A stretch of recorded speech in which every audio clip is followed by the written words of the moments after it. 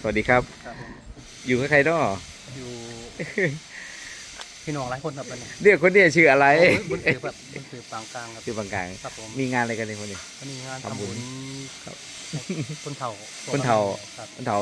ทำตามเนี่ยทำตามทุกปีครับ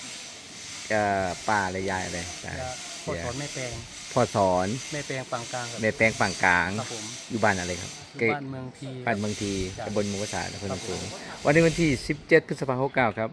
วันนี้มาทำบุญตามแก ครับ แกเสียนานยังมี10 กว่าปีแล้ว 10 กว่าปี ครับผม นี่ ครับ 10 กว่าปีตอนนี้ก็มาท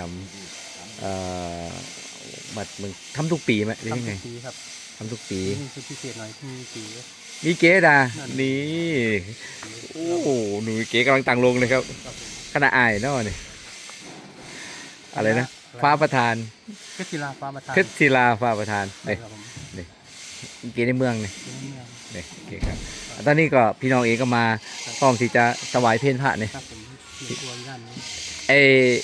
พี่น้องเองคนเมืองทีทั้งหมดหรือก็อื่นมาด่า มีคนอื่นมาแล้วผมกินญาติ ญาติๆกัน ครับผม มาหลายที่เนาะ ครับแต่ อ่ะ ไม่ได้บอกใครมากให้คนอื่นม เฉพาะบ้านเอง ใช่ พระมีจักรูปเนาะพอรูป ประมาณห้าลูกครับ รูปเนาะโอเคครับ ก็บอกมานะ อันนี้เที่ยงถวายเพลเนาะ ไว้ จะ5 โมงอะเนาะ ครับ โอเคครับ จะไปดูครับ ครับ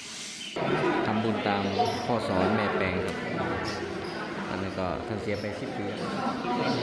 กว่าปีนี่พี่น้องเองก็มากันเต้นมาแล้ว ครับ